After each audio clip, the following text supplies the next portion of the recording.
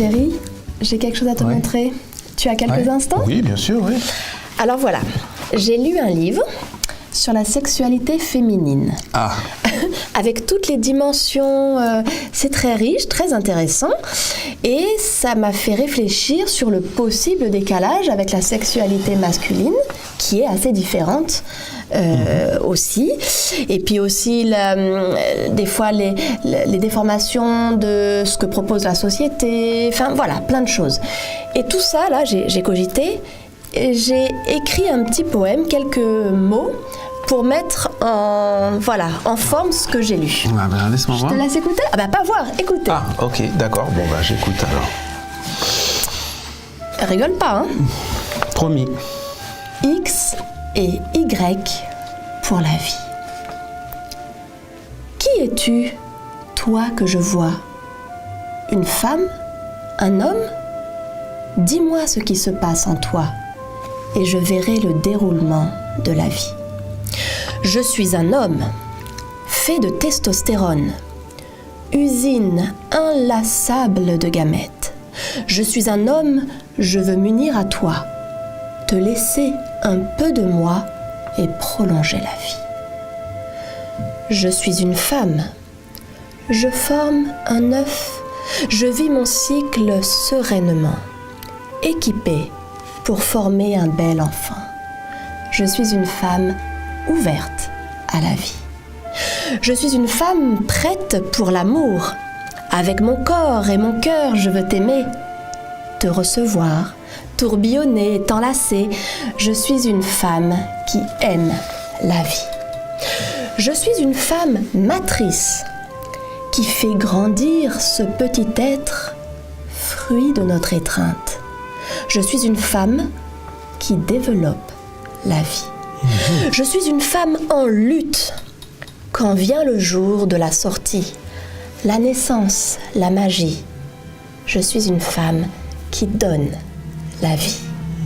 Je suis une femme abondante. Le lait coule de mon sein, l'enfant le boit et devient. Je suis une femme qui nourrit la vie. Tu es un homme, je suis une femme.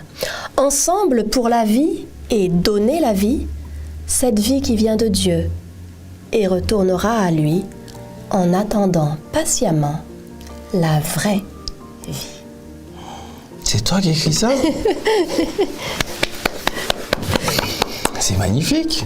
Est-ce que tu as vu les différentes dimensions de la sexualité? Oui. Alors, je remarque une chose, c'est que, évidemment, la partie masculine, ça tient en une strophe, je crois. Un voilà, paragraphe. c'est ça. Et tout le reste du poème, c'est la femme, quoi. Hein. Parce que, justement, la sexualité féminine...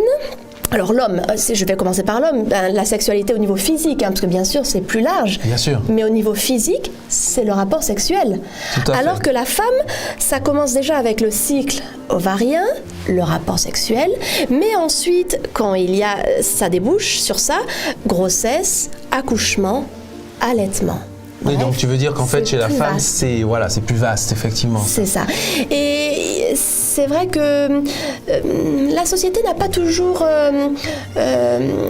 accepté, valorisé, reconnu ces différentes dimensions. Et Oui. c'est très riche. Moi, je suis contente d'être une femme. Hein. C'est chouette. C'est vrai qu'effectivement, là, on va dire, c'est présenté de manière, je ne vais pas dire idyllique, mais disons que clairement, c'est une femme, on va dire, épanouie que tu décris là, mais c'est vrai que à certains moments, notamment au 19e siècle, par exemple, certains aspects, certaines de ces dimensions-là, effectivement, n'étaient pas mises en avant, voire même dévalorisées. Par exemple, Rejetées, ouais.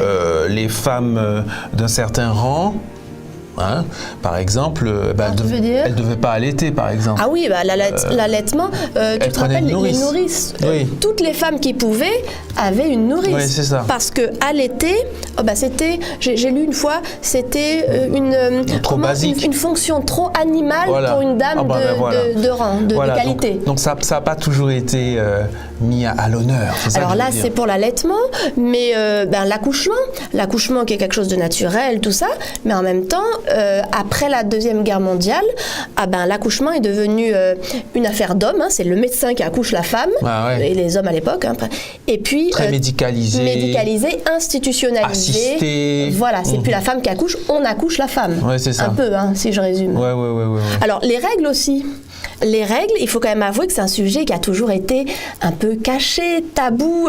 Il y a déjà des petites filles, je connaissais j'ai lu une histoire où une petite fille qui racontait, qui posait une question à sa maman ce que c'était que les règles, elle s'est pris une gifle parce que la mère ne voulait pas parler de ça. Oh là là. Alors, moins extrême, mais il y a j'ai lu un article aussi, une marathonienne, je crois que Kiran Gandhi en 2015, qui a couru le marathon de Londres avec ses règles et qui a pas mis de protection hygiénique. Le but était d'attirer l'attention sur les règles, de ne pas cacher ces règles et de pouvoir attirer l'attention de la société dessus et voilà, en tout cas faire réfléchir.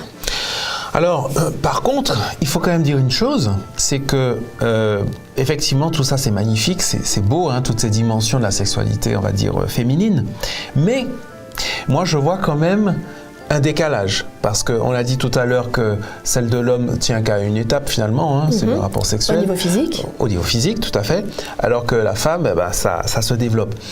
Et ça peut créer un décalage. Est-ce que tu vois ce que je veux dire? Que l'homme se sente exclu? Alors, soit exclu ou pendant que la femme passe par toutes ces étapes de sa sexualité, s'épanouit, écrit des poèmes, enfin bref, voilà. Et en même temps, l'homme, entre guillemets, il faut qu'il trouve sa place dans toutes ces dimensions. Tu vois ce que je veux dire?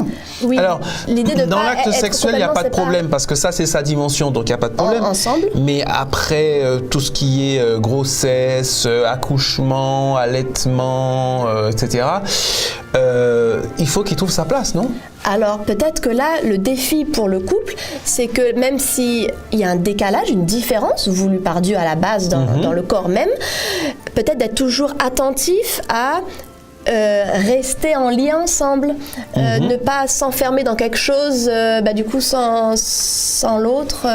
Oui, et puis dialoguer, en discuter, en avoir conscience aussi. Je pense que beaucoup d'hommes n'ont peut-être pas conscience aussi de toutes ces dimensions de la sexualité. Ne pas non plus enfermer la femme là-dedans, parce qu'il faut quand même dire que selon les époques, on a obligé la femme à être une mère coûte que coûte, et si elle voulait étudier, pas impossible, non. Donc l'idée c'est de ni enfermer une fille dans cette dimension, voilà, ni être dans l'isolement ou dans la séparation, l'homme et la femme, mais être plus dans la compréhension de nos différences. C'est ça. Et accompagner finalement, je dis ça pour les hommes, accompagner donc sa femme dans toutes ces dimensions, les comprendre et l'accompagner dedans. C'est ça. En fait, être à l'aise avec sa sexualité masculine ou féminine, en fait, c'est une bonne base pour être en paix et à l'aise avec soi-même. En tout cas, c'est un beau poème, hein. Et puis c'est un beau programme aussi. Merci. Hein? Merci, Bravo. chérie.